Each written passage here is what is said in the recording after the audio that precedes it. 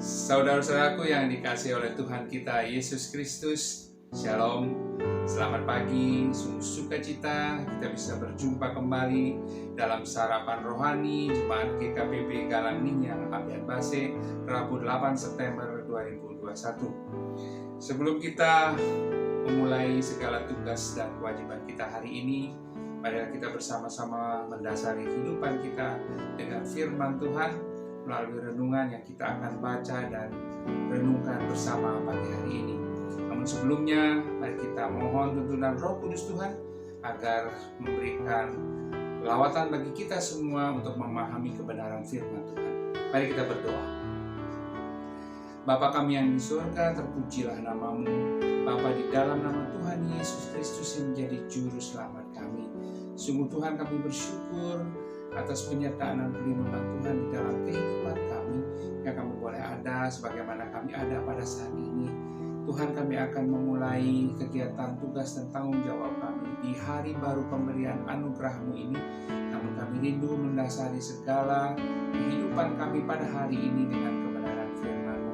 Kami mohon lawatan Roh Kudus-Mu bagi kami semua, agar kami dimampukan oleh kuasa dan kekuatan dari Roh Kudus-Mu untuk memahami kebenaran firman-Mu yang boleh kami jadikan dasar bagi kami untuk melanjutkan kehidupan kami hari ini. Berfirmanlah ya Tuhan, karena kami anak-anak siap-Mu siap untuk mendengarkannya. Di dalam nama Tuhan Yesus Kristus kami berdoa. Amin. Firman Tuhan yang akan kita renungkan pagi ini terambil dari dua ayat. Yang pertama adalah dari Yesaya 42 ayat 1. Demikian firman Tuhan, lihat itu hambaku yang kupegang, orang pilihanku yang kepadanya aku berkenan. Lalu ayat yang kedua itu dari Injil Lukas 4 ayat 22. Demikian firman Tuhan, semua orang itu membenarkan dia, dan mereka heran akan kata-kata yang indah yang diucapkannya. Lalu kata mereka, bukankah ia ini anak Yusuf? Saudara-saudaraku yang dikasihi oleh Tuhan kita Yesus Kristus, firman Tuhan yang kita renungkan pagi hari ini, saya berikan tema hidup dalam perkenanan Tuhan. Perkenanan Tuhan dapat kita artikan sebagai Tuhan mengarahkan wajahnya kepada kita dan melimpahkan segala sesuatu yang ada di dalam diri Allah kepada kita. Perkenanan Tuhan juga bisa kita artikan perhatian Tuhan yang terarah kepada kita semua. Sama seperti halnya ketika Tuhan Yesus mengarahkan perhatiannya kepada Bartimeus yang buta, dan ketika dengan iman yang besar dia berseru-seru kepada Tuhan, sehingga pada saat itu juga Bartimeus disembuhkan.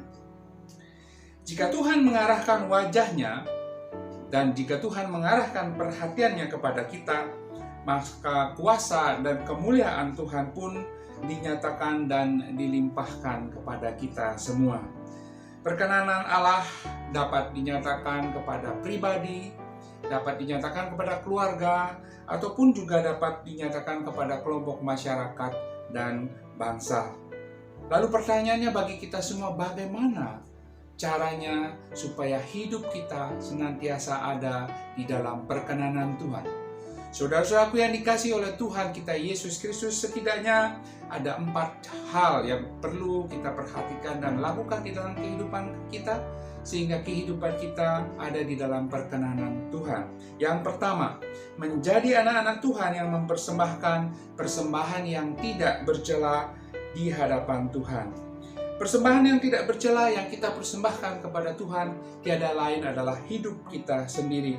Seperti halnya disampaikan di dalam Roma 12 ayat 1 dan 2. Karena itu saudara-saudaraku, demi kemurahan Allah, aku menasehatkan kamu, supaya kamu mempersembahkan tubuhmu sebagai persembahan yang hidup, yang kudus dan yang berkenan kepada Allah.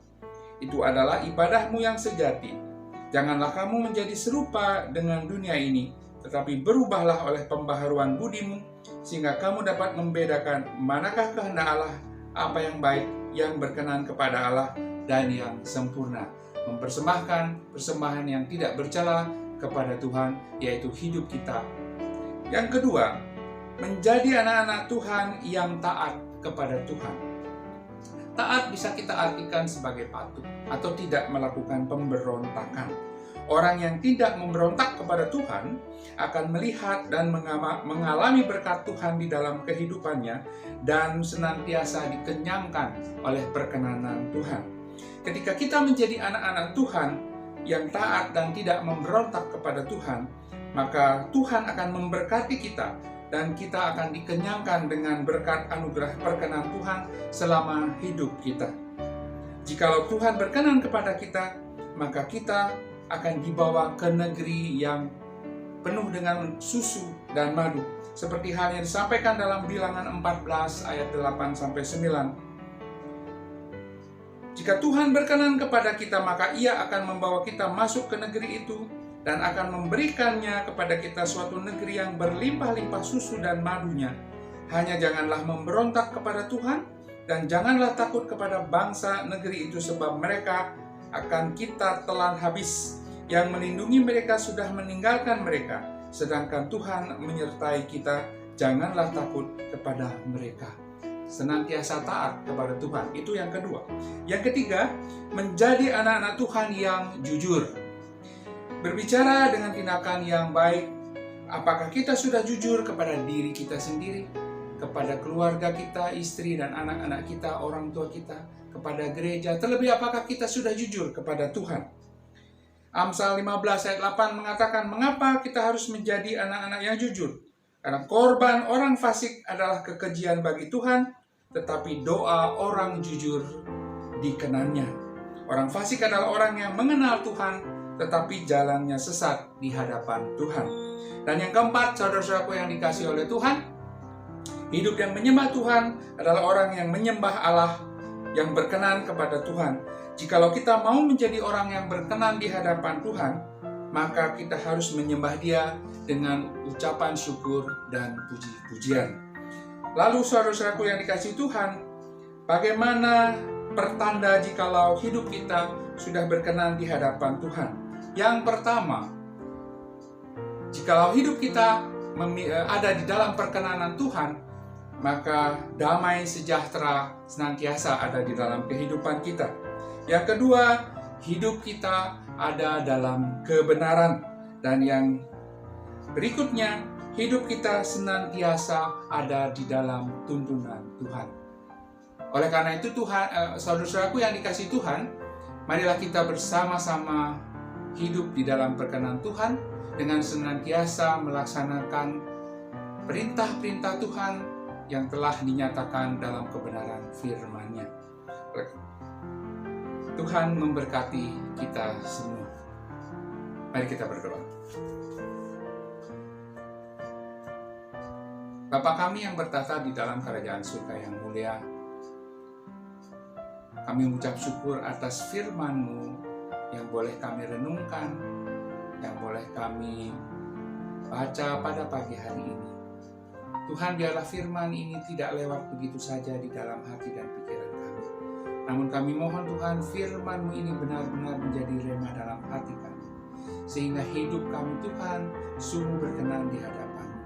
Kami rindu Tuhan, untuk hidup kami ini kami serahkan di dalam tangan kasih-Mu, sehingga perkenanan-Mu ada di dalam kehidupan kami. Tuntunlah kami Tuhan, agar di dalam kehidupan kami sungguh-sungguh kami melaksanakan kebenaran firman-Mu, menjauhi dosa, menjadi anak-anak-Mu yang mempersembahkan hidup sebagai persembahan yang kudus dan yang berkenan di hadapan-Mu, menjadi anak-anak-Mu yang taat dan tidak memberontak akan firman-Mu. Kiranya Engkau Tuhan menolong kami, Roh Kudus memberikan kami kekuatan, dan sungguh Tuhan kehidupan kami menyenangkan dan memuliakan Engkau. Terima kasih Tuhan, kami menyerahkan kehidupan kami hanya ke dalam tuntunan kasih-Mu. Di dalam nama Tuhan Yesus Kristus, kami berdoa. Amin.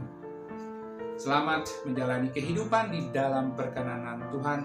Tuhan menyertai kita semua. Shalom.